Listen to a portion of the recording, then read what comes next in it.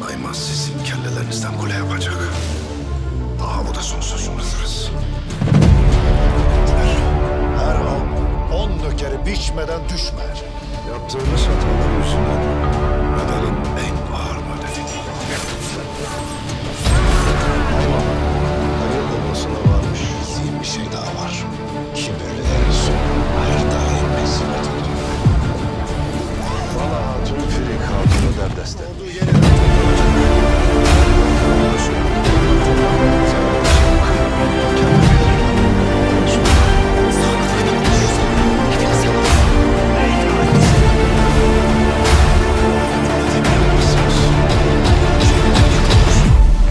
Cehenneme çevirecekler. eğer bir bedel ödenecekse bu altınla değil, kanla.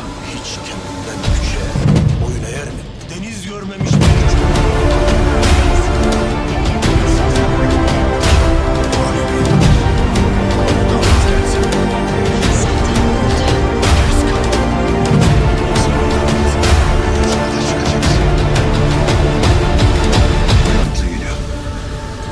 Fesat günü olacak Firik. Beylik sadece cenk meydanında olmak değildir. Kanınızlara göre.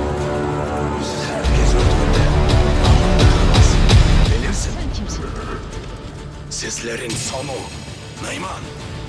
Şimdi Orhan Bey iyileşmezse post gayrı Alaaddin Bey'in hakkıdır, öyle değil mi?